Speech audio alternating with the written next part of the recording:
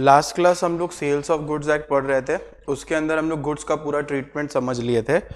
आप लोग के लिए नोट्स आ रहा है थोड़ा देर में ही। आज का जो टॉपिक है उस टॉपिक का नाम है कंडीशन एंड वारंटी। क्या नाम है बोलिए? Condition and warranty. टॉपिक का नाम बोलिए कंडीशन एंड वारंटी, जो दिया हुआ है section 12 of sales of goods act. किस पे दिया हुआ है बोलिए? Section 12 of sales of goods act. ये जो टॉपिक है इसका नाम क्या बोलिए? Condition and warranty. Last class हम लोग पढ़े थे, सिंपल सा बात पढ़े थे कि सेल्स ऑफ गुड्स क्या होता है, जिसके अंदर हम लोग ये सीखे सेल क्या होता है।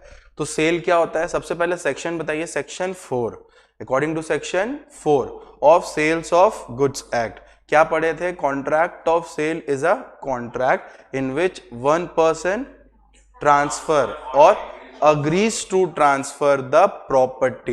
एक्चुअल में प्रॉपर्टी ट्रांसफर कर रहा है कि क्या ट्रांसफरशिप कर रहा है? ओनरशिप। किस फॉर्म में ट्रांसफर कर रहा है बोलो?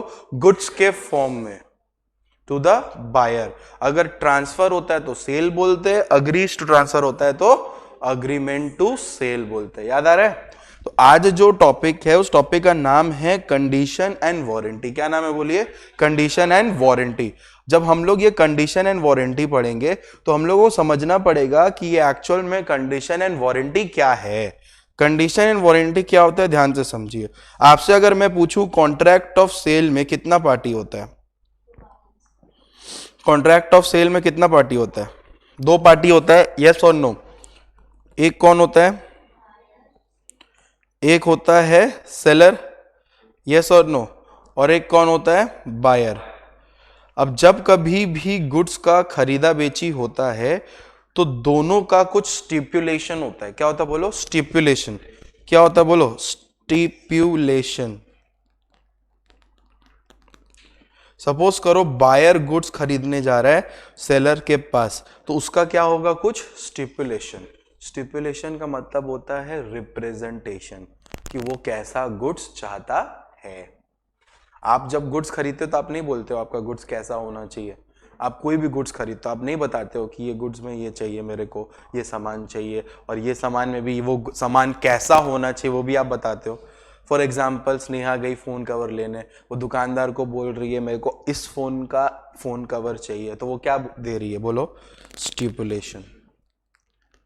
समझ आ रहा है? फिर वो बोलती है वो जो फोन कवर होना चाहिए उसके पीछे बारबी का फोटो होना चाहिए। मतलब ज्यादा क्लीशे हो गया बट ठीक है, मान लो वो ऐसे ही बोलती है कि बारबी का फोटो लगा होना चाहिए, ठीक है, या फिर उसके अंदर वो अलग अलग डेकोरेशन होना चाहिए। बेसिकली बोलने का मतलब ये है कि जब भी हम लोग कोई सामान खरीदते हैं हम लोग का कुछ ना कुछ स्टिपुलेशन रहता ही रहता है, ठीक है। इसी स्टिपुलेशन को और एक नाम से जानते हैं, रिप्रेजेंटेशन। क्या नाम से जानते बोलिए? रिप्रेजेंटेशन। देखिए एग्जाम में आप रिप्रेजेंटेशन नहीं लिख सकते, आपको क्या लिखना पड़ेगा? स्टिपुलेशन, क्योंकि ये लीगल वर्ड है। You have to use legal word in law, ठीक है। क्या हुआ भाई, कौन सा शौक में याद आ रहा है किसी का? तो ये क्या है? ये क्या है? स्टिपुलेशन है। ये क्या है? वो ऐसे देख रहा है उसको, मतलब शादी कर लेगा उसी से। गजब बच्चा भाई। ये क्या है? स्टिपुलेशन है। हम लोग जब कोई भी गुड्स खरीदते हैं तो हम लोग क्या मेक करते बोलो? स्टिपुलेशन मेक करते हैं। स्टिपुलेशन मतलब रिप्रेजेंटेशन। अब ध्यान से समझिए, हम लोग क्या पढ़ रहे हैं, कौन सा टॉपिक पढ़ रहे हैं? कंडीशन। कंडीशन आप कभी भी नहीं सुने होंगे, लेकिन वारंटी सुने होंगे। जब गुड्स खरीदते हो तो इतना साल का वारंटी है, ये जरूर सुने हो। लेकिन कभी वर्ड सुने हो कंडीशन? कभी भी वर्ड सुने हो कंडीशन? वो कंडीशन क्या होता है हम तुमको बताते हैं। वारंटी जब कोई इंसान बोलता है उसी के अंदर कंडीशन रहता है। लेकिन भैया कंडीशन होता क्या ये तो बताओ। हम बोला सुनो, जो भी आप स्टिपुलेशन दे रहे हो, जो भी आप क्या दे रहे हो बोलो? स्टिपुलेशन। अगर वो एसेंशियल है, एसेंशियल मतलब बोलो इंपॉर्टेंट। वो क्या है? एसेंशियल है, इंपॉर्टेंट है। किस लिए? To the main purpose of contract. Contract के लिए उसका जो स्टेटमेंट वो दे रही है कि उसको गुड्स कैसा चाहिए। क्योंकि देखिए जब एक सेलर और एक बायर मिलता है तो दोनों के बीच में क्या हो रहा होता है? कॉन्ट्रैक्ट हो रहा होता है ना। वो बोलता है ये सामान है, ऑफर। वो बोलती है हाँ है, एक्सेप्टेंस। वो बोलता है इतना दाम में, कंसिडरेशन। कॉन्ट्रैक्ट हो रहा है कि नहीं हो रहा है। तो उसी तरह से जब वो कुछ स्टेटमेंट देती है उसी को हम लोग क्या बोलते हैं, स्टिपुलेशन। अगर वही स्टिपुलेशन एसेंशियल है, एसेंशियल मतलब समझते हो, इंपॉर्टेंट है, बहुत ज्यादा इंपॉर्टेंट है, मेन है पर्पस ऑफ कॉन्ट्रैक्ट से, उसी को हम लोग बोलते हैं कंडीशन। तो व्हेन अ स्टिपुलेशन, बोलो, when a stipulation is essential to the main purpose of contract it is known as condition. Example दीजिए, एग्जाम्पल ले लीजिए। फॉर एग्जाम्पल हम लिए ट्रेडमिल। ट्रेडमिल समझते हो, वो जो एक्सरसाइज करने को होता है, वॉकिंग वाला ट्रेडमिल होता है ना, हम वो लिए, ठीक है। अब जब हम ट्रेडमिल लिए, the purpose is what, treadmill खरीदना, नहीं समझा, पर्पस क्या था ट्रेडमिल खरीदना। एक सेकेंड मैं आपको दिखाता हूं। समझ, एक्चुअली क्या है ना, हम लोग को सीए में मार्क्स तभी मिलेगा अगर हम लोग क्या यूज कर रहे हो, बोलो, कीवर्ड्स। अगर आप कीवर्ड्स यूज नहीं करोगे, आप बोलोगे हम अपने वर्ड में लिखेंगे, मेरे को मन हो रहा है, दिल कर रहा है, तुम्हारा दिल से नहीं चलेगा ना सीए। सीए को कीवर्ड्स चाहिए, तो इसीलिए मैं आपको समझाने के लिए कुछ दिखा रहा हूँ। पहले ट्रेडमिल समझ लो ताकि एग्जाम्पल समझ आए, बहुत जन कंफ्यूज्ड है। ये इस जात का ट्रेडमिल है, ये कहाँ सब हो रहा है रे, देखो ट्रेडमिल समझ आ रहा है, इसमें जो हम लोग चल के वॉक करते हैं, मेरा शरीर देख के लग ही रहा है हमको जरूरत है ट्रेडमिल का, तो हम खरीदने गए ट्रेडमिल। हम क्या खरीदने गए, ट्रेडमिल। अब तुम देख, इस ट्रेडमिल का एक फीचर है, देख हम कोई प्रमोशन नहीं कर रहे ऑनलाइन में। अब ये देख, ये जो ट्रेडमिल होता है ना, ये हम खरीदे, मेरा मेन पर्पस क्या है इसको खरीदने का, पतला होना बेटा वजह है, लेकिन मेन ये काम क्या चीज के लिए आएगा, चलने के लिए, वॉक करने के लिए। और पता है ये फोल्डेबल है, जैसे वॉक कर लिए ऐसे फोल्ड कर देंगे, ठीक है। अभी तो ऐसे खुला हुआ है ना, फोल्ड कर देंगे, और जैसे ही फोल्ड होगा तो बारिश का सीजन में कपड़ा भी सुखा सकते हैं। ये एक दूसरा पर्पस है, ठीक है। लेकिन मेन पर्पस क्या है, चलना। हम लाए जिस दिन, उस दिन से वो नहीं चल रहा है, लेकिन मेरी मम्मी बोली कपड़ा तो सूख ही सकता है अब। समझ रहे हम क्या बोल रहे हैं। हर एक चीज का दो पर्पस होता है जो आप यूज करते हो, ठीक है। हर एक चीज का मतलब गुड्स को बहुत तरह से यूज किया जाता है, ठीक है।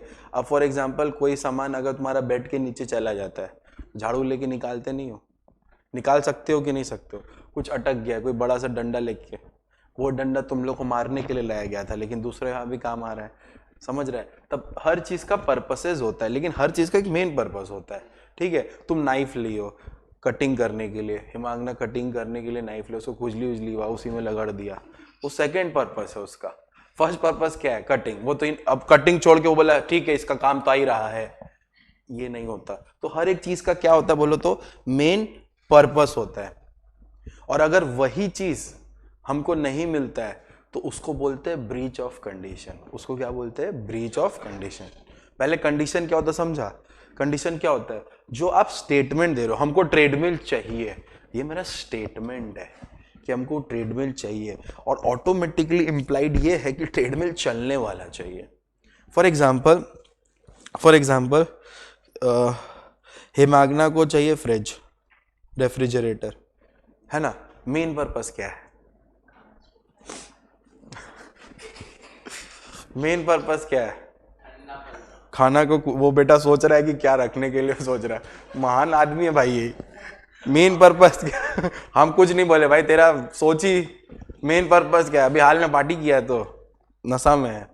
मेन पर्पस क्या बोल, कूलिंग। मेन पर्पस क्या है, कूलिंग। अब ये जो रेफ्रिजरेटर खरीदा उसमें वो एकदम मस्त वाला खरीदा, इसमें अलेक्सा भी आई है साथ में, गाना वाना बजता है आज के रेफ्रिजरेटर में, पता है तुमको, कुछ आइडिया ही नहीं है। जाओ दुकान में, गाना वाना सब बजाएगी, अरे कुछ दरवाजा खुला रहेगा, पे पे आवाज भी होगा, ये सब नौटंकी। हम लोग की मम्मी के समय का फ्रिज क्या, बंद हुआ खुला, सिंधा नौटंकी, एकदम सिंपल सा, ये सब आने लगा है। अब पता है रेफ्रिजरेटर वो खरीद के लाया, ठंडा छोड़ के सब कुछ कर रहा है, गाना बजा रहा है, ठीक है, दरवाजा खुलने से बोल रहा है, लेकिन ठंडा ही नहीं कर रहा है। तो क्या इसका ब्रीच ऑफ कंडीशन हुआ कि नहीं हुआ, हुआ ना। हर एक प्रोडक्ट का अब पता नहीं, मेरे एक रिलेटिव में हम देखे थे, वो लोग ये वीडियो देखेंगे नहीं इसीलिए हम बोल देते हैं, वो लोग रेफ्रिजरेटर में कपड़ा रख रहे हैं क्योंकि रेफ्रिजरेटर खराब हो गया है, तो वो दूसरा पर्पस हुआ। हाँ जो भी है खराब हो गया ना, अब उसमें वो कपड़ा भी रख रहे, बकायदा अच्छा से प्रॉपर उसका सेल्फ में कपड़ा भी रख रहा है, ठीक है, रेफ्रिजरेटर भी यूज हो रहा है, फ्रिज भी यूज हो रहा है। द पॉइंट वो नहीं है, पॉइंट है हर एक चीज का मेन पर्पस होता है, और जब वही पर्पस जो इंपॉर्टेंट होता है वही फुलफिल नहीं होता है, देखिए ऐसे समझिए, हर एक चीज का एक स्टिपुलेशन होता है, स्टिपुलेशन मतलब स्टेटमेंट। आप लोग कोई भी गुड्स खरीदते हो, एक मेन पर्पस होता है उसका, और जब वो मेन पर्पस इंपॉर्टेंट रहता है उसको हम लोग क्या बोलते हैं, बोलो तो कंडीशन। ये कैमरा रखना मेन पर्पस क्या है, रिकॉर्डिंग करना, रिकॉर्डिंग ही नहीं हो रहा है तो मेरा क्या ब्रीच हो रहा है, ब्रीच ऑफ कंडीशन। अब देखो टाइम मैटर करता है कि वो ब्रीच ऑफ कंडीशन है कि ब्रीच ऑफ वारंटी है। हम एक फोन खरीदे आज ही, हम खरीदे देख के कि 50 मेगापिक्सल इसका वो फोटोग्राफी, मस्त फोटो होगा, एकदम मजा आएगा फोटो वोटो लेने में। फोटो ले रहा है, व्हाट्सअप मैसेज जा रहा है, सब जा रहा है, लेकिन हेलो बोलने से स्पीकर खराब है, सामने वाले तक मैसेज नहीं पहुंच रहा है, तुम ये फोन रखोगे, तुरंत छोड़ दोगे, क्योंकि तुम्हारे साथ क्या हो रहा है, breach of condition. Time matter करता है कि ब्रीच ऑफ कंडीशन है कि वारंटी है। सर कैसे? फॉर एग्जाम्पल ये आज लाए, तुरंत आज से ही स्पीकर खराब है, तो क्या हुआ, very good, breach of condition. 1 साल बाद खराब हुआ, वारंटी कि 1 साल यूज तो हो गया ना, नहीं समझा? तो जब कोई बोलता है ना 1 साल का वारंटी है, इसका मतलब वो ये नहीं बोल रहा है कि 1 साल का वारंटी है, वो ये बोल रहा है कुछ समय के लिए कंडीशन है और कुछ समय के लिए वारंटी है। हम तुमसे पूछते हैं, तुम एक फोन लिए, 4 महीना बाद खराब हुआ, ब्रीच ऑफ वारंटी ही है।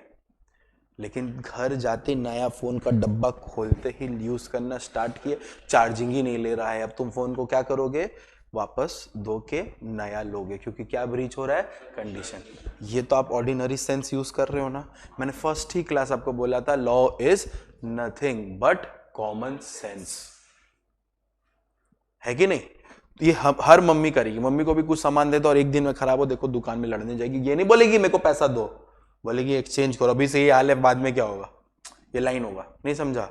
तो पॉइंट है कि जब कोई स्टिपुलेशन आप देते हो और वो मेन है पर्पस ऑफ कॉन्ट्रैक्ट के लिए, मतलब एसेंशियल है, क्या है बोलो, एसेंशियल है to the main purpose of contract, उसको हम लोग बोलते हैं कंडीशन। और अगर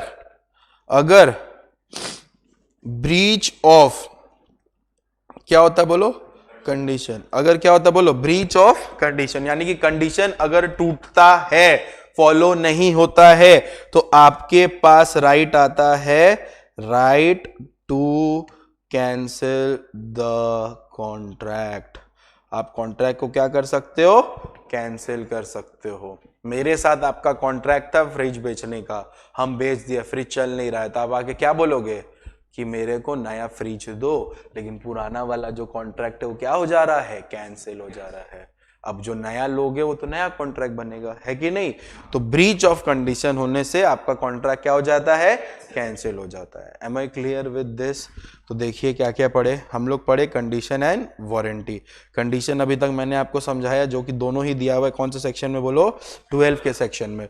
जब सेक्शन 12 हम लोग पढ़ रहे हैं तो हम लोग ये सीखे कि जब कोई स्टिपुलेशन एसेंशियल होता है मेन पर्पस ऑफ कॉन्ट्रैक्ट से, whenever an stipulation is essential to the main purpose of contract, उसी को हम लोग क्या बोलते हैं, कंडीशन।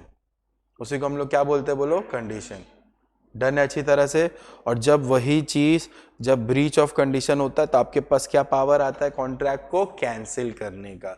बेटा आपके पेपर में याद रखना, difference between condition and warranty पूछने का चांसेस रहता है, ठीक है? सेल्स ऑफ गुड्स से ऑब्वियसली केस स्टडीज भी आते हैं, ऐसा नहीं है कि एकदम नल एंड वॉइड कुछ नहीं आता है, जरूर आता है, लेकिन कॉन्ट्रैक्ट में जिस तरह से हम लोग केस स्टडीज करके अपना कमांड बनाए, वो वक्त आज भी नहीं किया होगा। क्यों किया? कुछ क्या ही बाकी था, 5 हुआ तो 1 तो दिए थे ना, पटक देंगे उठा के अभी यहीं पे। देखा क्वेश्चन बता तो, साले हम डैश बनाते पूरा दुनिया को, तो मेरे को डैश बनाता है, रुक तेरे को बताते भी। तो ब्रीच ऑफ कंडीशन क्या बोलो, right to cancel the contract. Done है अच्छी तरह से। अब सुन, अब हम लोग पढ़ेंगे क्या टॉपिक, बोलो क्या, बोलो ना, वारंटी। वारंटी में क्या होता है, आप गुड्स जब भी लोगे आप क्या दोगे, स्टिपुलेशन। और जब यही स्टिपुलेशन कोलैटरल रहता है, क्या रहता है बोलो, collateral to the main purpose of contract, collateral to the main purpose of contract, उसको हम लोग क्या बोलते हैं, वारंटी। कोलैटरल का मतलब होता है सेकेंडरी इंपॉर्टेंस, मेन नहीं रहता है, क्या रहता है बोलो, secondary importance. For example home theatre खरीदे, होम थिएटर का सेट आया, होम थिएटर चल नहीं रहा है, क्यों, क्योंकि रिमोट खराब है। तो तुम पूरा होम थिएटर ही बदल दोगे कि रिमोट बदलवाओगे, तो वो तुम क्या किए, वारंटी चूज की, कंडीशन चूज नहीं किए, वो तो चल ही रहा है, समझ आ रहा है। तो कोई कोई चीज का सेकेंडरी इंपॉर्टेंस रहता है और वो रिमोट उसका सेकेंडरी इंपॉर्टेंस है, तो हम पूरा उठा के नहीं भेजेंगे, बोले भाई रिमोट एक्सचेंज कर। तो रिमोट को तुम क्या ट्रीट किया, वारंटी। एसी लगवाए, एसी चल रहा है लेकिन एसी का रिमोट नहीं चलता है, तो तुम क्या बोलेंगे, एसी पूरा खोल के ले जाओ, पूरा एकदम नया एसी जो रिमोट चलता है वो देना, तो तुम पागल हो, क्योंकि एसी खराब नहीं है, एसी का रिमोट खराब। तुम नया रेफ्रिजरेटर खरीदे, नया जो रेफ्रिजरेटर खरीदे, आजकल रेफ्रिजरेटर में यहाँ पे ऐसे 4 पैर होता है रबड़ का, वो रबड़ फट गया और रेफ्रिजरेटर नाच रहा है हिलते डुलते, तो तुम क्या बोलोगे, रेफ्रिजरेटर बदलो कि रबड़ दो लाके, उसको वारंटी बोलते हैं। डन है अच्छी तरह से। फ्रिज ठंडा कर रहा है, भयंकर ठंडा कर दो, और इतना ठंडा कर दे रहा है कि बर्फ जम जा रहा है, और बर्फ जमते फ्रिज ठंडा करना बंद कर दे रहा है क्योंकि बर्फ ब्लॉक कर दे रहा है, तो तुम क्या बोलोगे, सर्विस करके जाओ, बर्फ हो रहा है, समझ आ रहा है। तो ये सब क्या है, ब्रीच ऑफ वारंटी। तो जब भी ब्रीच ऑफ वारंटी होता है आप डैमेज क्लेम कर सकते हो, क्या क्लेम कर सकते हो, डैमेज। ये जो 1 साल का वारंटी देता है, अगर कुछ खराब होता है तो वो फ्री में आके बनाता है, वही तो डैमेज हुआ, नहीं समझा, तुम्हारा नुकसान हुआ, वो तुमको बना के फ्री में दे रहा है, लेकिन वारंटी पीरियड खत्म होते ही चार्ज लगना चालू हो जाता है। मेरा एसी का 1 साल का वारंटी है, 1 साल में उसको कुछ भी हुआ अगर, तो आगे क्या करेगा, सर्विस देगा, है ना। अब देखो एसी खरीदे हुए 2 महीना हो गया है, अब एसी में कुछ भी हुआ तो ब्रीच ऑफ कंडीशन नहीं होगा, अब ब्रीच ऑफ वारंटी चलेगा 1 साल तक, समझ, खराब भी होगा तब भी। लेकिन एसी जिस दिन लगाया दूसरा दिन से ही वो ठंडा करना बंद कर गए, तो ये क्या हो गया, condition. Am I clear with this, पक्का है आपका। तो ब्रीच ऑफ कंडीशन के पास होने से आपके पास राइट रहता है कॉन्ट्रैक्ट कैंसिल कर देने का, लेकिन अगर ब्रीच ऑफ वारंटी होता है तो आप क्या कर सकते हो, सिर्फ और सिर्फ डैमेजेस क्लेम कर सकते हो। Am I clear with this, yes और नो, नहीं समझा, पक्का अच्छी तरह से समझा। अब इसका ना एग्जाम में डिफरेंसेस आता है, क्या आता है बोलो, डिफरेंसेस। देखिए आ कुछ भी सकता है, लेकिन हम लोग उसको अच्छी तरह से समझेंगे तो बेटर रहेगा, है कि नहीं। तो एक साइड होता है क्या बोलो, कंडीशन, और एक साइड क्या होता है, वारंटी। अब देखिए number 1, whenever stipulation, stipulation मतलब वेरी गुड, लेकिन आप क्या लिखोगे, स्टिपुलेशन ही लिखोगे। Whenever stipulation is essential to the, बोलो कहां पे, main purpose of contract, whenever stipulation is essential to the main purpose of contract, it is called, क्या बोलो, कंडीशन। क्या अच्छा लग रहा है डिफरेंस, हाँ लगेगा सर, ऐसे ही हमको स्कोर करना एग्जाम में भी नंबर। अच्छा इस वीक पूरा का पूरा लॉ होगा और law complete, good morning, syllabus law पूरा कंप्लीट, ठीक है। अब आप लोग बताइए क्या करना है, पढ़ेंगे कि नहीं पढ़ेंगे। अब पूरा ब्रशिंग होगा, मत बोलना ब्रशिंग मत करिए, पूरा घस देंगे हम बढ़िया सभी। और ये वीक इसलिए लॉ दे रहे ताकि हम पूरा इकोनॉमिक्स में फोकस्ड हो जाए, पूरा का पूरा, वो भी ज़्यादा टाइम नहीं लगेगा। उसमें मेरे को सबसे बेस्ट है, ना लिखाना ना दिखाना है, उसमें MCQ पढ़ाना है। और दूसरा बात है, आप लोग का इको कभी ना कभी रहा है तो मेरे को ज़्यादा क्विक होता है, डन है क्या। तो ध्यान से फिर इंग्लिश पढ़ेंगे बैठ के, जिसमें तुमको जो आता है हमको जो आता है, फिर डिसाइड करेंगे कि इसको ज़्यादा आता है, ठीक है। वो इंग्लिश ग्रामर होता है ना जो इंग्लिश वन हम लोग पढ़ते थे, वो फिर नौटंकी आ गया उसका। हम पूरा फॉर्मेट बता देंगे, प्रेसी वगैरह। अब प्रेसी तो कॉपी पेस्ट आएगा नहीं, वो तो तुमको पूरा 12 का अपना ज्ञान यूज करना उसमें। पता नहीं है, एक बड़ा सा पैरा उसको 60 वर्ड में लिखो, समरी बोलते हो जिसको, ये सब नौटंकी आएगा। बाकी लेटर फॉर्मेट वॉर्मेट मेल उन सब बता देंगे, ठीक है। वहां पे नोटिस वोटिस कैसे ड्राफ्ट, 40 मार्क्स, लेकिन 40 में बिना पढ़े भी 25 मार्क्स आ जाता है।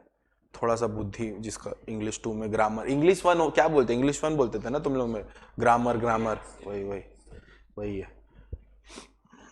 पहले नहीं था, ये सब नौटंकी अभी स्टार्ट हुआ है। उन लोग को लगता है कि थोड़ा सा ग्रामर हम लोग भी चेक कर ले, स्कूल में पढ़ के आया है। तुम लोग के लिए नया होगा, अगर असली में नया बताए तो एक लॉ ही नया होगा। अकाउंट्स का भी तुम लोग 12 में लिया है, आइडिया होगा थोड़ा, है ना। इकोनॉमिक्स लिया हुआ रहेगा तो आइडिया होगा, मैथ्स लिया रहेगा तो भी आइडिया होगा। लॉ थोड़ा सा नया है क्योंकि लॉ नहीं है, लेकिन वो भी कुछ साल बाद नया नहीं होगा क्योंकि लीगल स्टडीज आ चुका है 12 वगैरह में, ठीक है। तो देखो, whenever stipulation is essential to the main purpose of contract, it is called what, बोलो, condition। उसी तरह से whenever stipulation is क्या, बोलो, वेरी गुड। कोलैटरल का नया वर्ड क्या है, मतलब दूसरा मतलब क्या है, सेकेंडरी। अब एग्जाम में क्या लिखेंगे, कोलैटरल लिखिए ना, मैं तो समझा दिया। whenever stipulation is collateral to the main purpose of contract, it is called what, बोलिए, it is called warranty। Done है अच्छी तरह से। अब हम तुमसे पूछते हैं, अगर ब्रीच ऑफ कंडीशन है तो क्या पावर है आपके पास, very good. Breach of contract होने से, अगर आपका breach of contract under condition, या फिर ऐसे लिखो सिंपल सा, ब्रीच ऑफ कंडीशन, क्या लिखोगे, बोलो, breach of condition. Breach of condition होने से, अगर आपका कंडीशन क्या हो रहा है, ब्रीच हो रहा है, फॉलो नहीं हो रहा है, if there is breach of contract, it can be repudiated. Repudiated का मतलब होता है कैंसिल। रेप्यूडिएटेड का मतलब क्या होता है, बोलो, कैंसिल। तो आप लिख सकते हो, breach of contract gives the party to cancel the contract, give rights to cancel the contract. उसी तरह से अगर breach of warranty gives party rights to claim what, बोलो, डैमेजेस। मैंने दोनों अलग अलग वे में लिखा है, आपको जो ठीक लगे आप उसके हिसाब से लिख सकते हो। डन है अच्छी तरह से। उसी तरह से नंबर 3 क्या होगा, ब्रीच ऑफ कंडीशन। अगर तेरा कंडीशन फॉलो नहीं हुआ, can be treated as breach of warranty. मतलब तेरा ब्रीच ऑफ कंडीशन हुआ है, लेकिन तुम उसको किसको भी ट्रीट कर सकते हो, बोलो, वारंटी के तरह भी ट्रीट कर सकते हो। ब्रीच ऑफ कंडीशन होने के बावजूद तुम उसको क्या ट्रीट कर सकते हो, बोलो, वारंटी ट्रीट कर सकते हो। नहीं समझ आया, ब्रीच ऑफ कंडीशन हुआ है लेकिन तुम उसको क्या ट्रीट कर रहे हो, ब्रीच ऑफ वारंटी, चलेगा। सर ऐसा पागल कोई होता है क्या, होता है। फॉर एग्जाम्पल, हम एक गए, स्नेहा जानवर बेचती है, ठीक है। हम उसको बोले, मेरे को एक तो घोड़ा दो जो मेरे को चलाना आराम से, घोड़ा शांत होना चाहिए, ऐसा नहीं कि उछाला और हम उछल गए। तो बहुत प्यार से बोले, ये ले जाइए सर, बहुत अच्छा है, एकदम शांत है। बोले ठीक है। घोड़ा का दाम है 1 लाख रुपया। कितना, 1 लाख। हम 1 लाख पेमेंट दिए। जिस दिन ले गए, नेक्स्ट दिन जैसे ही हम चलाना शुरू किया, संडे था, ऐसा लात मारा कि हम पूरा हॉस्पिटल में जाके लैंड हुए, ठीक है। अब एक बात बता, मेरे साथ क्या हुआ, ब्रीच ऑफ कंडीशन, क्योंकि हम उसको बोले थे मेरे को ऐसा घोड़ा चाहिए जो क्या हो, शांत। हॉस्पिटल का जो बिल बना वो बना 8 लाख रुपया, और घोड़ा कितना का है, 1 लाख। तुमको लगता है हम आके बोलेंगे कॉन्ट्रैक्ट कैंसिल, नया घोड़ा दे, हम बोलेंगे चल डैमेज दे। तो हम ब्रीच ऑफ कंडीशन को क्या ट्रीट किए, ब्रीच ऑफ वारंटी। समझ आ रहा है, ब्रीच ऑफ कंडीशन को आप ब्रीच ऑफ वारंटी ट्रीट कर सकते हो, लेकिन कभी भी ब्रीच ऑफ वारंटी को cannot be treated as what बोलो, breach of condition. डन है अच्छी तरह से. ये 3 इंपॉर्टेंट डिफरेंस है बच्चा, ये 3 इंपॉर्टेंट डिफरेंस है. ठीक है, एक बार ये कॉपी करो, तुम लोग हम नोट्स बगल रूम से ले आए.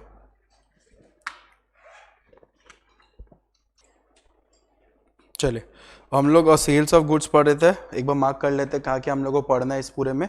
इधर देखिए, सबसे पहला, this act is applicable all over India. ठीक है, except Jammu and Kashmir cut कर दीजिएगा. याद रखिएगा एप्लीकेबल कहाँ है बोलिए, ऑल ओवर इंडिया में. इंडिया में जितना, मतलब इंडिया के अंदर जितना भी स्टेट्स है सबके ऊपर ये एप्लीकेबल है. ठीक है, दिस एक्ट कब आया था बोलो, 1 जुलाई 1930. जिस तरह कॉन्ट्रैक्ट एक्ट आया था 1 सितंबर 1872, उसी तरह सेल्स ऑफ गुड्स कब आया बोलो, 1 जुलाई 1930. डन है. अच्छा, सेक्शन 4 डिफाइन करता है क्या बोलो, कॉन्ट्रैक्ट ऑफ सेल को. सेक्शन 4 किसको डिफाइन करता है बोलो, कॉन्ट्रैक्ट ऑफ सेल को. अब अगर आप देखेंगे तो देखिए क्या लिखा है, a contract of sale of goods.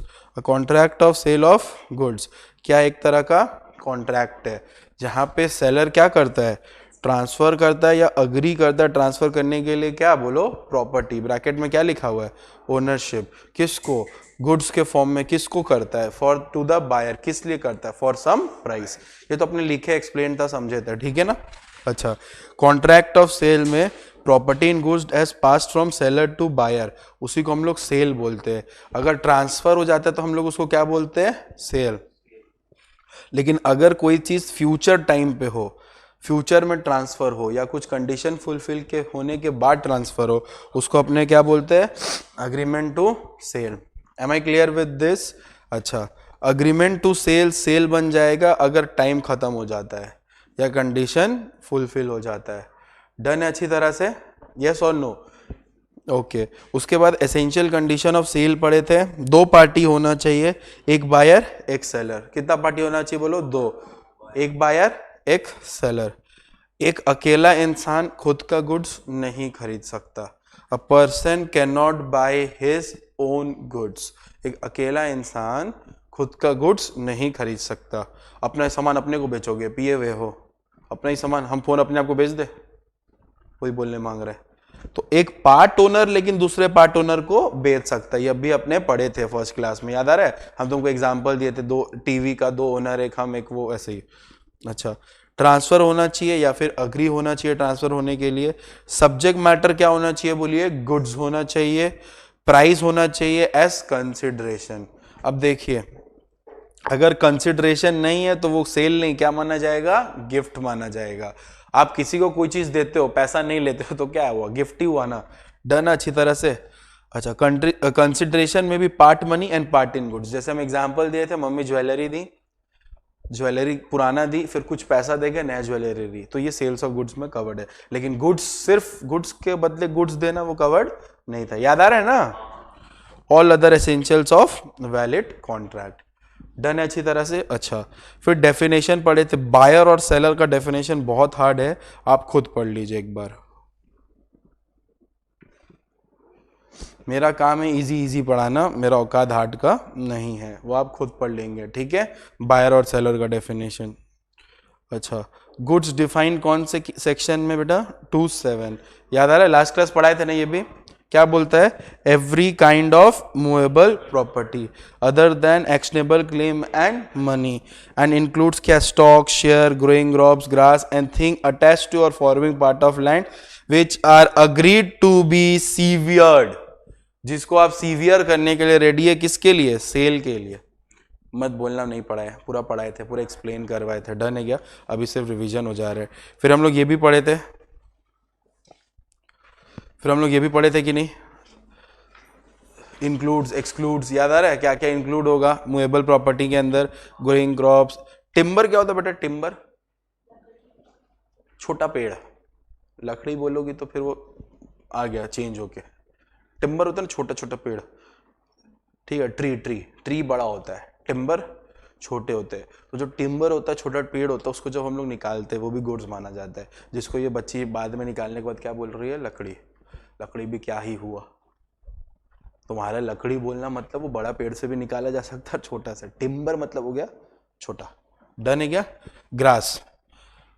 Old currency जानते? ओल्ड करेंसी, मनी तो पैसा नहीं है, मतलब मनी तो गुड्स नहीं है, मनी तो पैसा नहीं है, देख रहे, मनी तो गुड्स नहीं है, लेकिन पुराना नोट गुड्स है, क्योंकि लोग पुराना कॉइन बेचते और खरीदते।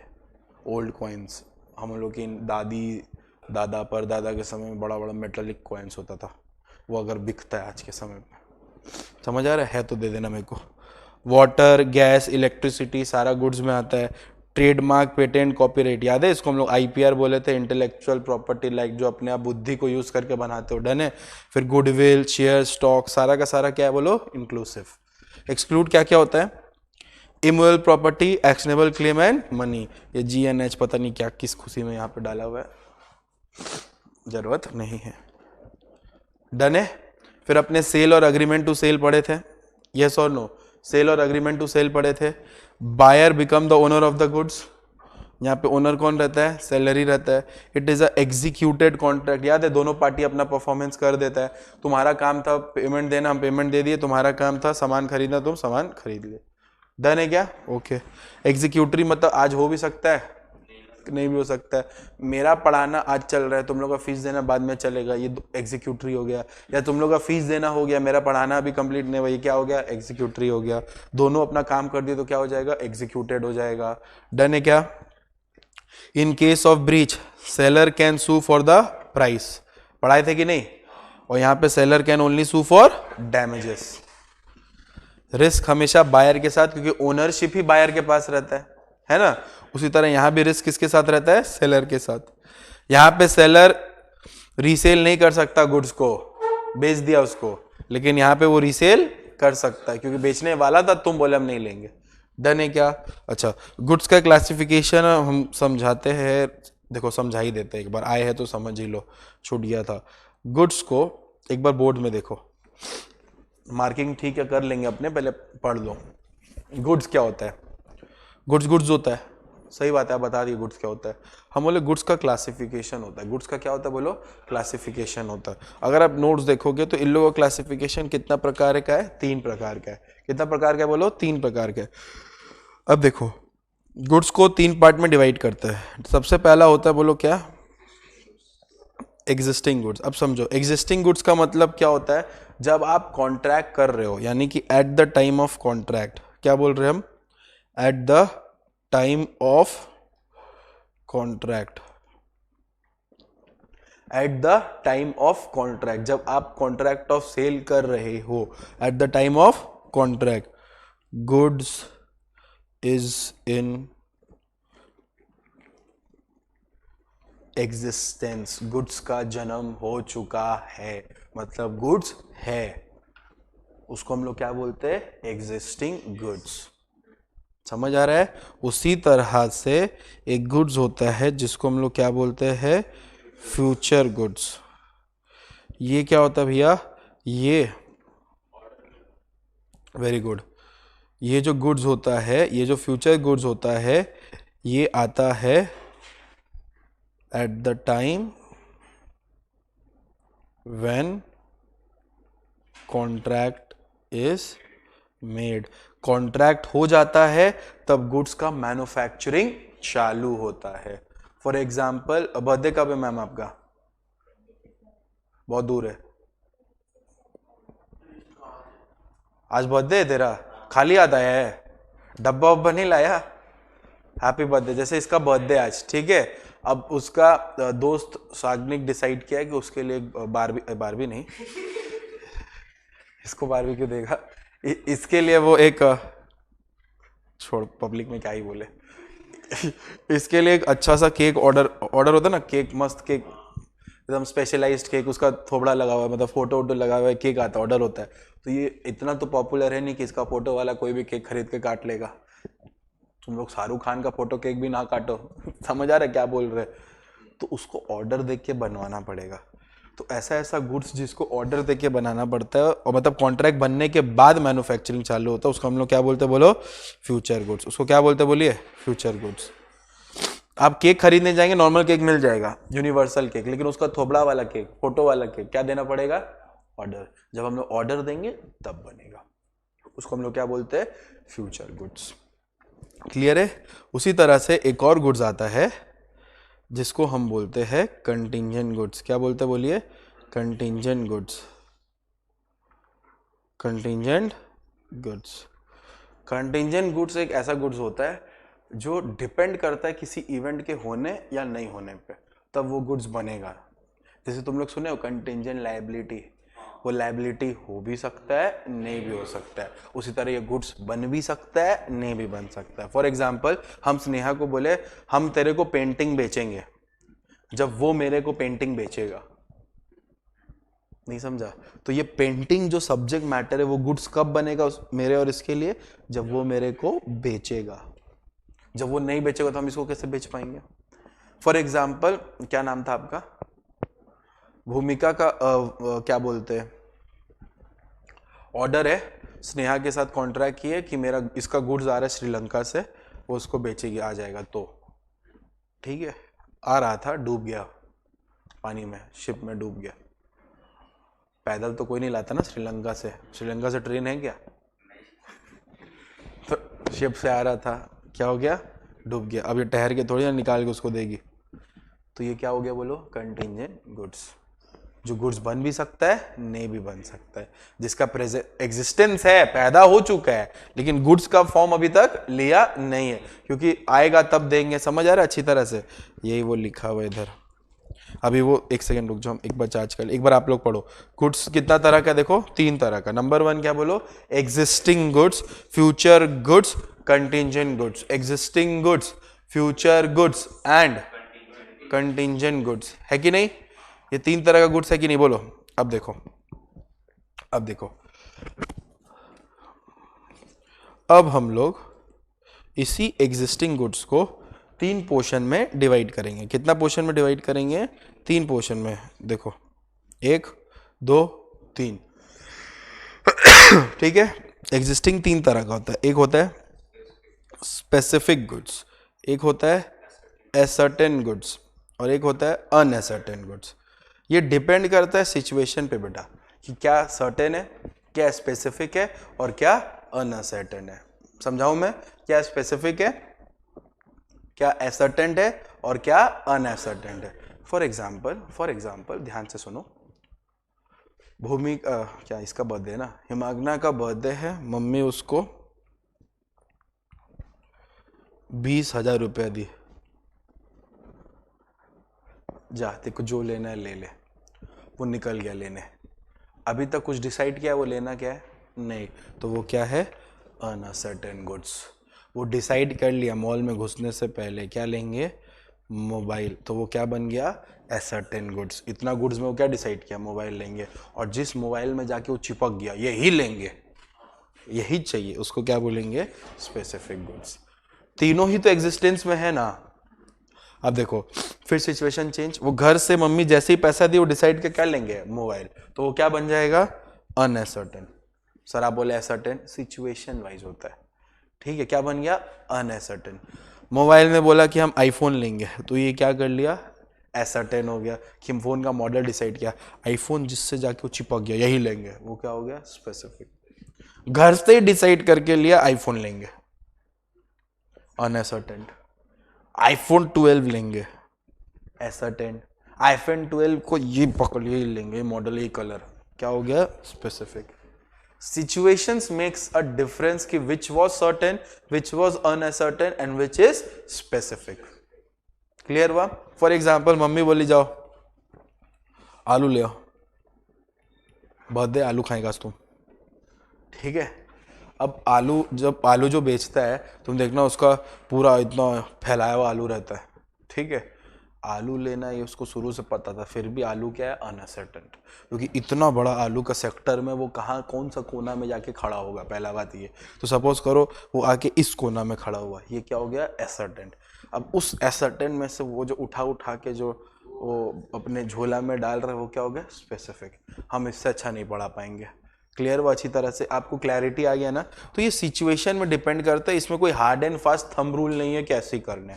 डन है अच्छी तरह से? तो ये देखिए, existing goods, existing goods are those goods which are owned और पोजेस्ड।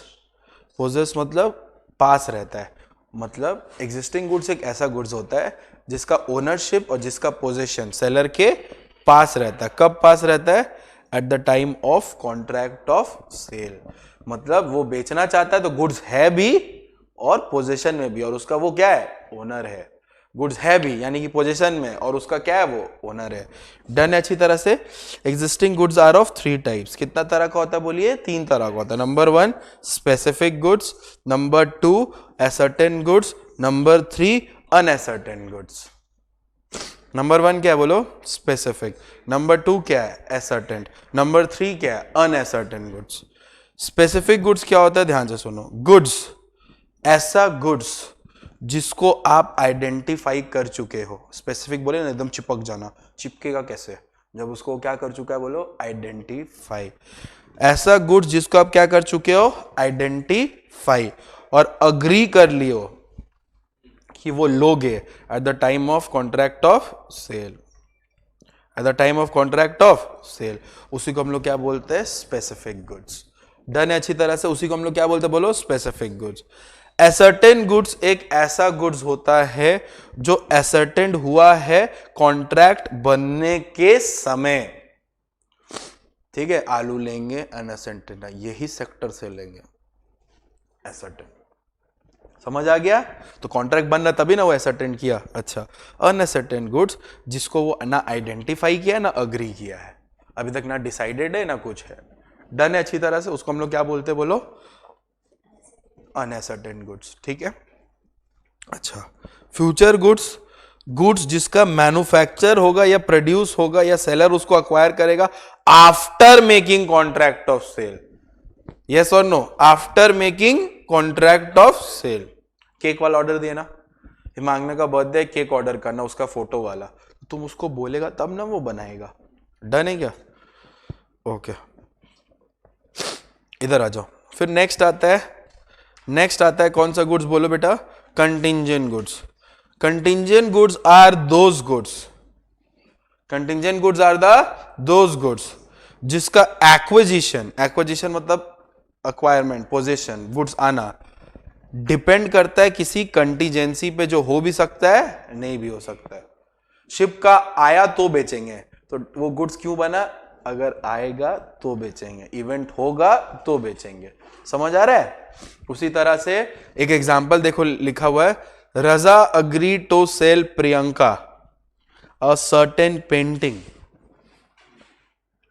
पेंटिंग बेचने का बात करता उसको। अगर इंशा दो करंट ओनर है जब उसको बेचेगी तो इंशा का ये बेचना, जब बेचेगी तभी हम तुमको बेच पाएंगे। तो ये हुआ कंटिंजेंट गुड्स। डन है। अच्छा, एक टॉपिक है जिसका नाम क्या बोलो? Delivery of goods. 1 मिनट लगेगा, समझा दे रहे, बोर्ड में देखिए क्या नाम है इसका बोलो? Delivery of goods. गुड्स का डिलीवरी भी इंपॉर्टेंट रोल प्ले करता है। डिलीवरी का मतलब होता है जब सामने वाला पूरा अपने इच्छा से तुमको दे रहा है, तुम छीन लेना है मेरा है, छीनना नहीं, सामने वाला क्या दे रहा है तुमको? अपने इच्छा से उसको दे रहा है, पूरा एकदम पोजेशन में तुमको दे रहा है, उसको हम लोग क्या बोलते हैं? Delivery of goods. गुड्स का डिलीवरी होना चाहिए कि नहीं होना चाहिए? तुम ही बताओ। गुड्स खरीद लिया, गुड्स आ ही नहीं रहा है, पागल, तो खरीदा काहे को? डिलीवरी होना चाहिए। अब 3 तरह का डिलीवरी होता है, ये थोड़ा मेन है समझने के लिए, बाकी सब तो ठीक है, ये 3 मेन है। पहला क्या होता बोलो? Actual delivery. पहला क्या होता बोलो? Actual delivery. दूसरा क्या होता बोलो? Constructive delivery. तीसरा होता है सिंबॉलिक डिलीवरी। क्या होता बोलो? Symbolic delivery. गुड्स जब बहुत भारी हो उसको आप झोला में भर के नहीं ले जा सकते। भूमिका रेफ्रिजरेटर खरीदने गए, फ्रिज, क्या उसके माथा में बांध देंगे ले जाओ? लेकिन वही बटर खरीदने गई, मक्खन, तो डिलीवरी तो टेम्पू करेंगे, छोटा हाथी करेंगे मक्खन पहुंचाने के लिए। समझ आ रहा है क्या?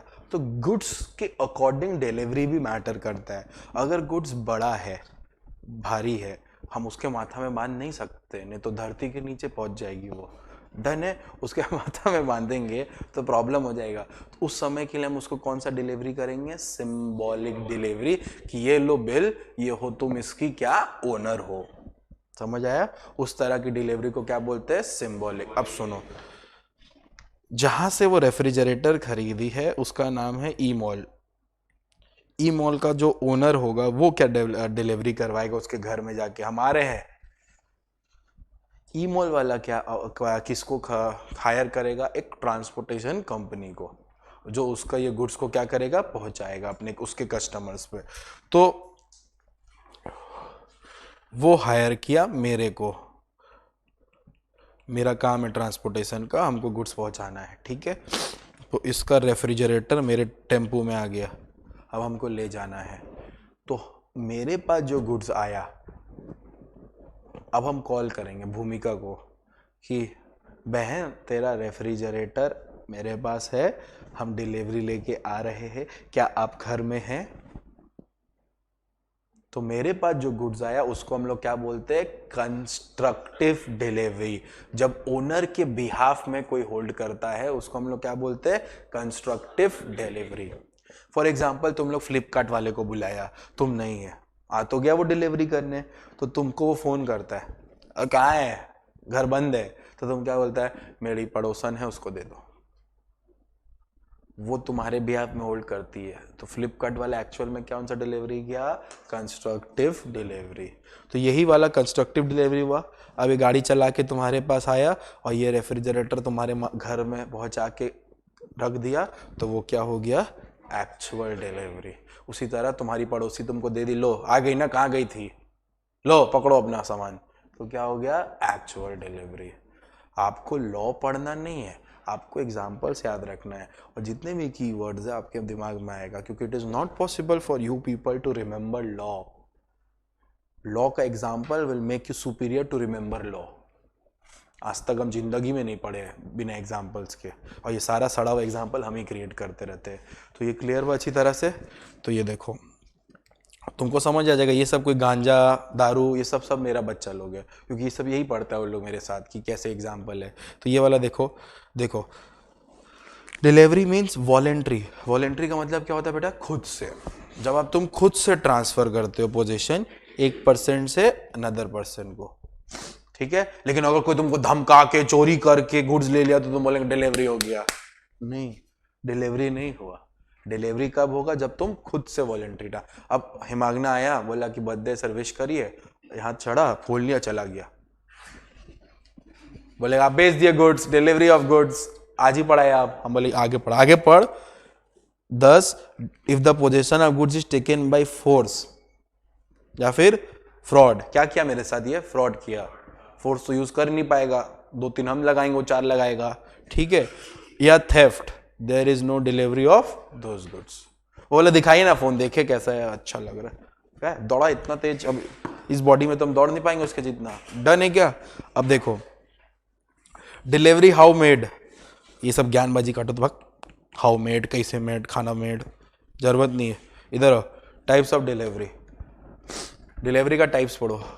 कितना टाइप्स है बेटा, there are 3 types of delivery. कितना टाइप्स का है, 3। Number 1 actual delivery, when goods are physically given into the position of buyer और इज ऑथराइज्ड एजेंट। तुम्हारा घर का गेट खुला हुआ था, तुम नहीं थे, फ्लिपकार्ट बोलता नहीं हम उसी को देंगे। अबे पगला, उसकी माँ है ना, उसको दे, नहीं समझा, मंगाए हम है तो क्या जबरदस्ती मेरा चेहरा ही देख कर मेरे को देगा। आजकल कैसे देता ओटीपी पे, तो घर में मेरी मम्मी को हम बोल ले लो तो ऑथराइज एजेंट ही ना हुई। डन है क्या? Constructive delivery, when a person who is in position of goods, जब एक इंसान गुड के पोजीशन में और तुमको बताता है कि हम गुड्स को तुम्हारे बिहाफ में होल्ड कर रहे हैं, डिलीवरी वाला बोलता है ना तुमको आ रहे डिलीवरी करने, उसी को जो गुड्स मिला उसको कौन तरह का डिलीवरी बोलते हैं, बोलो कंस्ट्रक्टिव डिलीवरी। याद रहेगा पक्का? नेक्स्ट क्या बोलो, symbolic delivery, when goods are bulky and heavy. Basically ये बड़े बड़े गुड्स के लिए होता है, refrigerator, treadmills, TV, AC, अपने माथा में बांध के ले आते हो क्या पागल लोग की तरह। लेकिन वही बटर, ये भी तो गुड्स है, मिल्क, ये सब क्या है, गुड्स है। तो उसके लिए तुम क्या बोलते हो, डिलीवरी कराना छोटा हाथी में, बहुत भारी है, नहीं ले जा पाएंगे। उस समय एक्चुअल डिलीवरी दुकानदार तुमको ऑन स्पॉट कर देता है। अब पानी का बॉटल खरीदने का डिलीवरी करवाओगे, पागल हो गए हो? उसको बोलोगे सिंबॉलिक दो, पहले पढ़े नहीं हो डिलीवरी के बारे में, तुम ले लोगे उसको क्या बोलोगे? एक्चुअल। इट इज, देखो जब गुड्स बहुत बल्की रहता है और हेवी रहता है तो पॉसिबल नहीं है कि उसको हम फिजिकली क्या करें, बोलो हैंड ओवर करें। किसको बेटा? बायर को। तो कुछ सिंबल देना पड़ता है जिससे पता चलता है कि उसका जो रियल पोजीशन और कंट्रोल है वो हैंड ओवर हो गया है बायर को। वो बिल ही तो एक पोजीशन हो गया ना, बिल, यानी कि इस बिल का पूरा कंट्रोल, मतलब इस बिल में जो रेफ्रिजरेटर उसका कंट्रोल किस पे है? इसी पे। डन है अच्छी तरह से। This is all about what, बोलो डिलीवरी। ठीक है, फिर हम लोग एक टॉपिक पढ़े थे, क्या बोलो आज बेटा? Condition and warranty. Condition and warranty. अब देखो जब हम लोग कंडीशन एंड वारंटी के बारे में पढ़ रहे हैं तो ध्यान से देखो, बोल रहा है कि जब हम लोग कोई सामान खरीदते या बेचते तो हम लोगों का कुछ रिप्रेजेंटेशन होता है। मेरा गुड्स ऐसा होना चाहिए, मेरा गुड्स वैसा होना चाहिए, हमको ये चाहिए वो चाहिए, बारबी वाला कवर चाहिए, ये सब क्या है? आपका रिप्रेजेंटेशन है। उसी रिप्रेजेंटेशन को हम लोग क्या बोलते हैं? बोलो स्टिपुलेशन। उसी रिप्रेजेंटेशन को क्या बोलते हैं? बोलो स्टिपुलेशन। जब यही स्टिपुलेशन को कंडीशन बोलेंगे, अगर वो एसेंशियल हो जाता है मेन पर्पस ऑफ कॉन्ट्रैक्ट से, हम लोग लॉ एक बार नहीं पढ़ रहे, एक ही चीज 3 बार पढ़ते हैं। पहले मैं आपको बोर्ड में पढ़ाता हूं, फिर मैं आपको वापस वही चीज 50 बार रिपीट कराता हूं, आप गाली देते हो मेरे को, अलग बात है। फिर मैं मार्किंग करके पढ़ाता हूं ताकि आपका 3 बार पढ़ाई हो जाए। घर में जाके 15 मिनट पढ़ोगे, चैप्टर खत्म। डन है अच्छी तरह से। तो क्या बोले, बोलो जब कोई स्टिपुलेशन एसेंशियल होता है मेन पर्पस ऑफ कॉन्ट्रैक्ट से, उसको क्या बोलते हैं? कंडीशन। और वही स्टिपुलेशन जब कोलैटरल होता है मेन पर्पस ऑफ कॉन्ट्रैक्ट से, उसको क्या बोलते हैं? वारंटी। और जब ब्रीच ऑफ कंडीशन होता है तो बायर को क्या पावर दे देता है? कॉन्ट्रैक्ट को रेप्यूडेट कर देने का। रेप्यूडेट का ही मतलब क्या होता है? बोलो कैंसिल कर देने का। डन है। लेकिन ब्रीच ऑफ वारंटी क्या क्लेम देता है? सिर्फ और सिर्फ डैमेजेस क्लेम करने का। Am I clear with this? ये देखने में छोटा जरूर है लेकिन सारा कीवर्ड से भरा है। आपको अपने एग्जाम में कीवर्ड्स के आगे ही देखना पड़ेगा। ठीक है क्या? अगर आप कीवर्ड्स नहीं नोटिस करोगे तो प्रॉब्लम, लिखना पड़ेगा ये सब वर्ड्स। ठीक है, stipulation, essential, main purpose of contract, ये सब करना ही पड़ेगा। ठीक है, अच्छा। स्टिपुलेशन कॉन्ट्रैक्ट ऑफ सेल में कंडीशन है, वारंटी है, डिपेंड करता है हर केस में। हर केस में किसी के लिए कुछ स्टिपुलेशन रहता है, किसी के लिए कुछ वारंटी रहता है। वही माचिस का डब्बा किसी के लिए पूजा का पर्पस है और किसी के लिए सिगरेट पीने का। तो वो पर्पस होता है हर चीज का, समझ आ रहा है? तो उस पर डिपेंड करता है। स्टिपुलेशन में भी कंडीशन, दो कॉल वारंटी ना कॉन्ट्रैक्ट। डन है क्या? अब देखो ये एग्जांपल पढ़ो, अपनापन सा लगेगा थोड़ा, स्पेशली तुम लोग को।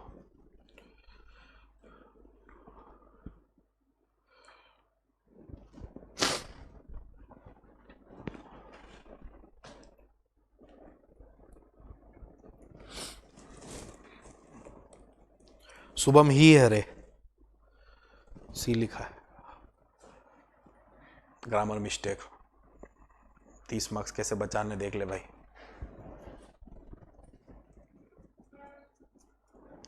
समझ आया क्या है? गया ये घोड़ा खरीदने सोनम के पास और बोला हमको शांत और एकदम नॉन वायलेंट घोड़ा दो, हॉस्टाइल ना, मतलब पगलाए ना। ठीक है, Sonam of her own choice एक घोड़ा ले आई बाहर से, स्टेबल से।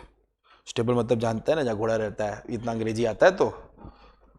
और बोली आके, बाकायदा बोली कि घोड़ा शांत ले जा, आराम से चला, एकदम ऐसा चला कि एकदम मजा आ जाए तुमको। ठीक, वायलेंट हो गया, हॉस्पिटल में गया, ब्रोकन लिम्स, लिम्स मतलब समझा, हड्डी पसली सब टूट गया उसका। Thus there is been breach of condition.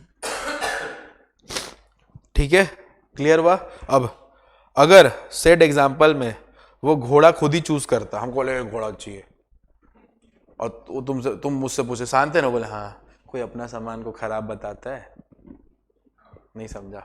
कोई अपना सामान को खराब बताता है, उसको बेचना है, वो बेचेगा। समझ आ रहा है? यही प्रॉब्लम के वजह से एक लॉ आया। देखो, सेलर जब सामान बेचता है तो ऐसा मान लिया जाता है वो अपना सामान को गलत नहीं बताएगा, अपना सामान को गलत नहीं बताएगा। तो लॉ बोला देखो, हमको पता है सेलर अपना सामान को गलत नहीं बताएगा, और अगर उसमें डिफेक्ट भी होगा तब भी वो नहीं बताएगा, क्योंकि वो बिजनेस पॉलिसी उसको सामान बेच के दिखाना है। तो बायर, तुम्हारे लिए हम एक लॉ ला रहे हैं, तुम्हारे लिए हम क्या ला रहे हैं बोलो, एक लॉ। उस लॉ का नाम है डॉक्ट्रिन ऑफ केविएट एम्प्टर। क्या नाम है बोलो, डॉक्ट्रिन ऑफ केविएट एम्प्टर। एक सेकंड दे दे मेरे को, एक सेकंड दे दे। एक डॉक्ट्रिन पढ़ेंगे जिसका नाम है doctrine of caveat emptor. Doctrine of caveat emptor. Doctrine of caveat emptor का मतलब होता है कि बायर तुम बीवेयर रहो, let the buyer beware. तुम सावधान रहो भाई, सेलर को कोई ड्यूटी नहीं बनता, बाउंड भी नहीं है वो तुमको बोलने के लिए कि मेरा गुड्स डिफेक्टिव है। तुम खुद देखो, नहीं समझा? तुमको दिख रहा है एक आदमी प्याज बेच रहा है, आलू बेच रहा है, तुमको दिख रहा है सड़ा हुआ प्याज डाल रहा है, तुम कैसे, अरे निकालो इसको, ये क्यों दिया? यहाँ पे तुम क्या एक्ट किया? अवेयरनेस का, अवेयर रहा। तो कोई भी इंसान बाउंड नहीं है अपना गुड्स को डिफेक्टिव बोलने के लिए। अगर हमको पता है कि हमको कोई सब्जेक्ट नहीं आता पढ़ाने, वो हम थोड़ी ना बोलेंगे, समझ आ रहा है? हम तो पढ़ाएंगे, ऐसे प्रिटेंड करेंगे मेरे को आता है, लेकिन ये आपका ड्यूटी बनता है जज करने की इसको आता है कि नहीं आता। उसी तरह से बायर, प्लीज तुम अवेयर रहो, प्लीज तुम अवेयर रहो। यही डॉक्ट्रिन यही बोलता है कि बायर तुम क्या रहो, अवेयर। तुम जब भी कोई सामान खरीदने जाओ क्या बोलता है, तुम जब भी कोई सामान खरीदने जाओ तुमको अवेयर रहना पड़ेगा। तुमको क्या रहना पड़ेगा बोलो, अवेयर रहना पड़ेगा। तुम अवेयर रहो, तुम अवेयर रहो, तुम सावधान रहो। उसी को हम लोग क्या बोलते हैं, डॉक्ट्रिन ऑफ केविएट। ये जो बायर को अवेयर रहना है, दिस इज बेटा जनरल रूल।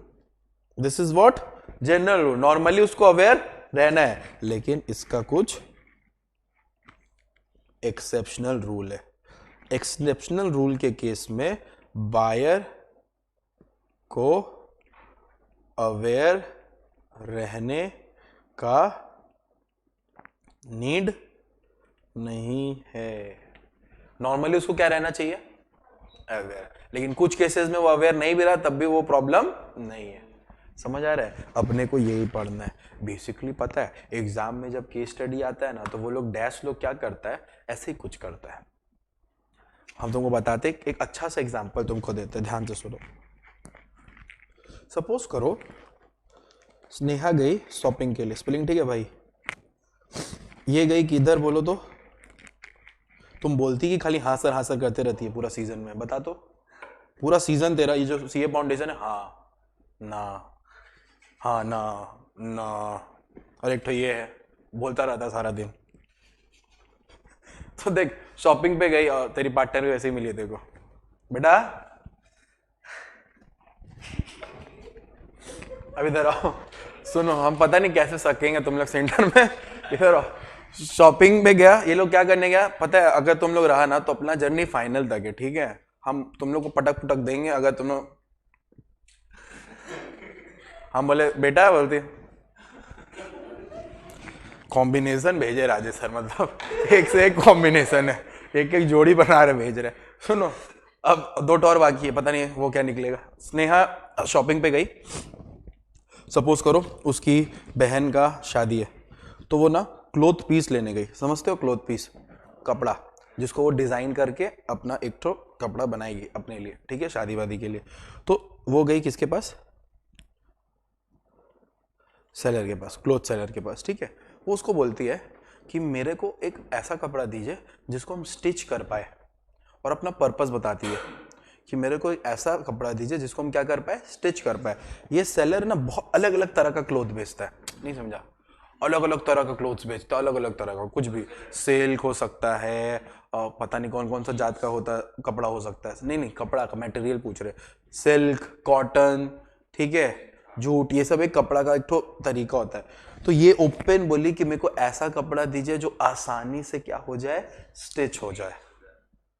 समझ आया? आसानी से स्टिच हो जाए और मेरे को वो जल्दी स्टिच करके अपने शादी में पहनना है, ठीक है। ये पूरा एकदम बताइए उसको पूरा पर्पस, और ये तक बोली कि देखो मेरे को उतना आइडिया नहीं है, हम आप पे ऊपर भरोसा करा, वही कपड़ा दे दो। तो बोला ठीक है ये कपड़ा है, तो ये अपना पर्पस बता दी थी, अपना पर्पस बता दी थी ना, जो स्टिच हो जाए आसानी से, नहीं समझा, जो स्टिच हो जाए आसानी से। अब ये कपड़ा है, वो स्नेहा से पूछा कितना चाहिए, वो बोली मेरे को जितना 10 मीटर दे दीजिए। कितना दे दीजिए? 10 मीटर। कपड़ा कभी अलग अलग नहीं आता, एक पूरा रोल हुआ हुआ रहता है, जिसको जितना जरूरत होता है उसको क्या करता है वो कट करके दे देता है। 10 मीटर दे दिया इसको। अब ये बहन गई अपने टेलर के पास और ये कपड़ा दी, बोले ये लीजिए इसको स्टिच कर दीजिए। वो बोलता है ये कपड़ा में स्टिच नहीं होगा, फट जाएगा। समझ आ रहा है? समझ आ रहा है? ये फट जाएगा और ये स्टिच नहीं हो पाएगा। आप ले जाइए इसको वापस दुकानदार के पास और एक्सचेंज करके लाइए। स्नेहा गई फिर से दुकानदार के पास, तेरे को बोला थे मेरे को ये कपड़ा चाहिए, मेरे को रिटर्न दे। दुकानदार बोलता पागल मत बनिए, हम ये पीस आपके अनुसार कट कर चुके हैं, अब हम इसको लेके वापस से बेच नहीं सकते। स्नेहा बोलते रुक, तेरे को बताते तेरे को रुक। वो बोलती हम तेरे को बताते, सेलर बोलते हम बताते, तेरे को बिहेवियर रहना चाहिए था। हम भी लॉ पढ़े अश्विन सर से, लेट द बायर बिहेवियर, तभी तो धंधा कर रहे हैं बेचने का। समझ आ रहे? बोलते हम भी पढ़े, रुक ना, तुम जनरल रूल पढ़े तो हम और स्पेशल पढ़े हैं, एक्सेप्शनल रूल। तो अभी हम लोग क्या पढ़ने वाले हैं? एक्सेप्शनल रूल, कि कब स्नेहा को प्रोटेक्शन मिलेगा। तुम्हारा आत्मा क्या बोल रहा है, स्नेहा को मिलना चाहिए कि नहीं मिलना चाहिए? अगर सेलर हो तो तुम लोग, अगर सेलर हो तो नहीं मिलना चाहिए। सेलर का भी समझो, 10 मीटर कपड़ा काट दिया है, कौन खरीदेगा अब 10 मीटर? सबका साइज अलग अलग है। स्नेहा को 10 लग रहा है, मेरे को 40 लग सकता है, ठीक है, अब उसको 8, ठीक है, वो भाई को 15, सबका अलग अलग साइज, अब सब अलग अलग थोड़े, अब कपड़ा को जोड़ नहीं सकते, नहीं समझा? तुम 10 मीटर का कपड़ा और 5 मीटर का कपड़ा जोड़ के नहीं कर सकता, उसी कपड़ा में डिजाइन करके एक पर्टिकुलर क्लोज बनता है, ठीक है। अब सुनो, गए दोनों। अब हम तुमको बता रहे कौन सा डॉक्ट्रिन बोले, तो डॉक्ट्रिन ऑफ केविएट एम्पटर। थोड़ा सा पेज नंबर 76 में देखना, तुम लोग का नीचे पेज नंबर 76 होगा बेटा, है ना, उसमें नीचे देखो क्या लिखा है, केविएट एम्पटर। पहले बताओ तो मेरा बच्चा लोग सेक्शन कौन सा है? सेक्शन 16। मैंने इसमें तुमको 3 ही सेक्शन याद करवाया, एक सेक्शन 4, एक सेक्शन 12 और एक सेक्शन 16। डील किससे करता है बोलो? केविएट एम्पटर से। किससे डील करता है बोलो? केविएट एम्पटर से। देखो क्या बोल रहा है, doctrine of caveat emptor means buyer beware. ये डॉक्ट्रिन बायर को बोलता है कि तुम अपना इंटरेस्ट खुद प्रोटेक्ट करो जब तुम कोई सामान खरीद रहे हो। जब तुम कोई सामान खरीद रहे हो तुम उसमें क्या रहो? अवेयर रहो। हम एक लैंड खरीद रहे, प्रॉपर्टी, अवेयर रहना जरूरी है ना, ये लैंड किसी और का तो नहीं, जो बेच रहा है उसकी का है ना, ये सब क्या अवेयरनेस है, ठीक है। ये सारा गुड्स है, मूवेबल गुड्स नहीं है। और सेल्स ऑफ गुड्स में कौन सा कवर्ड होता है? मूवेबल।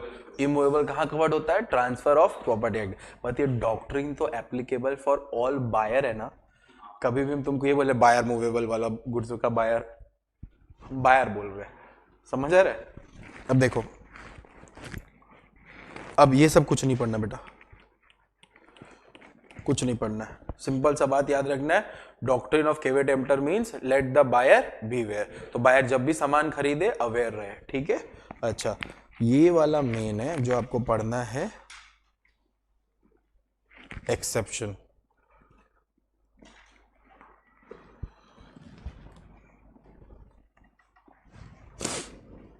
समझ आ रहा है क्या पढ़ना है बोलो? एक्सेप्शन।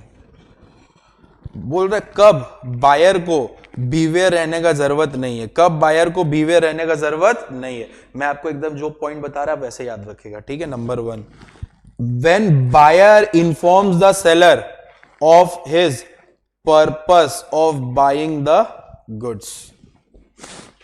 जब बायर सेलर को अपना पर्पस बता देता है खरीदने का, नहीं समझा, वो पूरा पर्पस बता देता है कि हम इस कारण से गुड्स खरीद रहे हैं और इस कारण के लिए हमको ऐसा गुड्स चाहिए। जब वो ऐसे बता देता है तो वो सेलर के जजमेंट पे रिलाई कर लेता है। मतलब अब सेलर जो भी देगा वही सही। स्नेहा जाके यही कुछ कांड की, हमको एक ऐसा कपड़ा दो जो इजिली स्ट्रेचेबल हो जाए। ये क्या बता दी? अपना पर्पस कि मेरे को गुड्स ऐसा चाहिए जो क्या होना चाहिए, इजीली स्ट्रेच हो जाए, मतलब आराम से उसको स्टिच किया जा सके। डन है, ये अपना क्या बता दी, पर्पस, बस खत्म, उसको अब अवेयर रहने का जरूरत नहीं है, क्योंकि जैसे ही आप पर्पस बता दिए मान लिया जाता है कि तुम सेलर के जजमेंट पे क्या कर रही हो, रिलाई कर रही हो, ट्रस्ट कर रही हो, वो जो भी बोल रहा है सही बोल रहा है। कोई कोई गुड्स का आपको आइडिया नहीं होता बेटा, आप जाते हो दुकान में जाके बोलते हो ये गुड्स अच्छा होगा तो 50 बार पूछते हो, जब तुमको आइडिया नहीं होता, अच्छा होगा तो, ठीक होगा तो, सही रहेगा तो नहीं पूछते हो।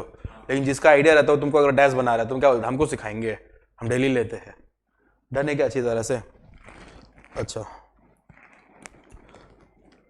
जैसे प्रतीक गया बबलू के पास, क्या खरीदने बेटा, साइकिल। नहीं समझा, क्या खरीदने, क्या बोलो, साइकिल। वो बबलू को बोला कि ये जो तुम साइकिल हमको चाहिए वो माउंटेन ट्रैकिंग के लिए चाहिए, और वो उसको एकदम, वो बंगाली साइकिल होता है ना बड़ा वाला, एकदम पैडल में टुकुड़ टुकुड़ टुकुड़ चलता है, जो एकदम सिंपल पुराना वाला टाइप साइकिल, वो उसको थमा दिया, लेना चलाना इसको, जा माउंट एवरेस्ट में चढ़ा, इसको चढ़ाने गया, वो मिला नहीं, बाद में ऐसा जगह चढ़ा। डन है क्या? तो यहां पे वो क्या बता दिया था, पर्पस। बाईसाइकिल पर्पस नहीं है, बाईसाइकिल क्यों चाहिए, ट्रैकिंग के लिए, वो फुलफिल नहीं हुआ, तो इसमें उसको अवेयर रहने का जरूरत नहीं है। किसको अवेयर रहना है, सेलर, तुम्हारा गलती है, क्योंकि वो अपना पर्पस बता दिया। जब कोई इंसान अपना पर्पस बता देता है ना बेटा, और वो सेलर के जजमेंट पे पूरी तरह से रिलाई करता है, तो उसमें उसको अवेयर रहने का जरूरत नहीं पड़ता है। ठीक है क्या बेटा? तो पहला पॉइंट क्या है, when buyer informs the purpose to the seller. Done है क्या अच्छी तरह से? नेक्स्ट, अब सिर्फ हेडिंग, ओनली हेडिंग, यहां लिख लो, ओनली हेडिंग। तुम लोग को समझ आ रहा है ना अच्छी तरह से? ओनली क्या बोलो, हेडिंग। दूसरा, बायर गुड को खरीदता है ब्रांड नेम में, तुम बोलते हो ना ब्रांडेड है, branded is branded goods. Branded का मतलब क्या होता है बे, पूरा प्योर क्वालिटी, उसमें तुमको अवेयर रहने का जरूरत नहीं है। तुम वही चोर बाजार से खरीदने जा सामान, तुम 50 बार देखते हो, ठीक है तो ठग तो नहीं रहा, लेकिन वही ब्रांडेड शॉप में घुसता है, एकदम ट्रस्ट करके लेट जाता है। अब सपोज करो तुमको हम बोल दिए जाओ एडिडास से एक जूता ले आओ, कितना, कोई टेंशन नहीं, तेरे को कोई टेंशन नहीं लगता, ब्रांड है, अच्छा ही होगा, है कि नहीं, कुछ नहीं पूछता तक नहीं, साइज हो, हाँ ये दे दो, दौड़ पाएंगे तो हाँ दे दो। लेकिन वही चोर बाजार में जूता बिकता है, जो फर्स्ट कॉपी जो बोलता है एडिडास का, पूरा फटा हुआ देख रहा है, पूरा देख रहा था बाकायदा, है कि नहीं? डन है क्या? तुम ही लोग जानो Bhanu. Goods purchase under brand name, goods sold by description, buyer बकायदा आके गुड्स का डिस्क्रिप्शन दे दिया। स्नेहा बकायदा आगे बोल दी कि फोन का कवर चाहिए जिसमें बारबी लगा हो, ये क्या है, डिस्क्रिप्शन। तो ऑटोमेटिकली इसको अवेयर रहने का जरूरत नहीं है, सेलर का ड्यूटी बनता है उसके डिस्क्रिप्शन पे मैच करे। डन है क्या? Okay. Goods of merchantable quality, sir ये क्या डेंजरस वर्ड है, मर्केंटेबल क्वालिटी मतलब गुड क्वालिटी। गुड क्वालिटी का मतलब जैसे कि एक ऑर्डिनरी प्रूडेंट मैन उसको खरीदे और देखने से, प्राइमा फेसी देखने से वो गुड क्वालिटी लगे भी। एक जूता खरीदने को नीचे सोली उड़ा हुआ है, बस ऊपर से कवर रहेगा, नीचे पूरा खाली पैर ही रहेगा तुम्हारा, नहीं समझा, ऊपर कवर नीचे खाली, तुम लेगा तो तुम पिया हुआ है, वो पिया हुआ नहीं है। समझ आ रहा है क्या बोल रहे? ओके। सेल बाय सैंपल, कभी कभी हम लोग सैंपल दे देते, स्नेहा गई, ये फोन कवर बोली, ये फोन कवर ऐसा ही चाहिए, एकदम सेम ऐसे ही, ये क्या हो गया, सैंपल। तो जब गुड्स का वो सैंपल दे दी तो गुड्स कैसा होना चाहिए, सैंपल जैसा, उसमें उसको अवेयर रहने का जरूरत नहीं है।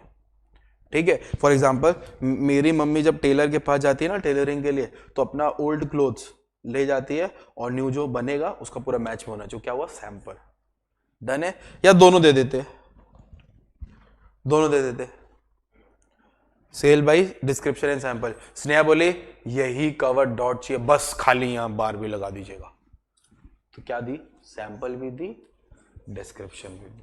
ये समझा पा रहे हैं ना? यूसेज ऑफ ट्रेड कट कर दीजिए, मैं आपको समझाता हूं क्यों।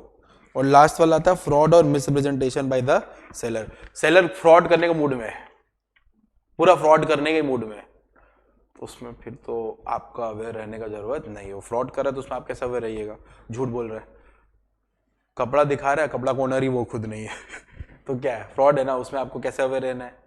या सेलर, तुम गई सेलर के पास बोले कि मेरे को एक ऐसा फोन दीजिए जिसमें स्नेक गेम हो। सेलर को पता था इस फोन में स्नेक गेम है, लेकिन उसको ये नहीं पता था लास्ट दिन उसका स्टाफ स्नेक गेम डिलीट कर दिया है। समझ आया? तो ये मिस रिप्रेजेंटेशन है, था तो उसको नहीं पता। मिस रिप्रेजेंटेशन पढ़े थे ना कॉन्ट्रैक्ट में, जहां पे सुना सुनी बात या गलती से होता है, लेकिन फ्रॉड में तुम पूरा इंटेंशन के साथ धोखा करते हो, तो उस जगह में आपको अवेयर रहने का जरूरत नहीं है। डने के अच्छी तरह से पक्का। देखिए मेरे को मन था आपके साथ केस स्टडी करने का, लेकिन आप लोगों को लेट नहीं हो जाएगा ना? नहीं लेट हो जाएगा, खाओगे पियोगे भी तो बेहोश हो जाओगे रोड में। ठीक है, तो आज का क्लास यहीं पे हम एंड करते हैं।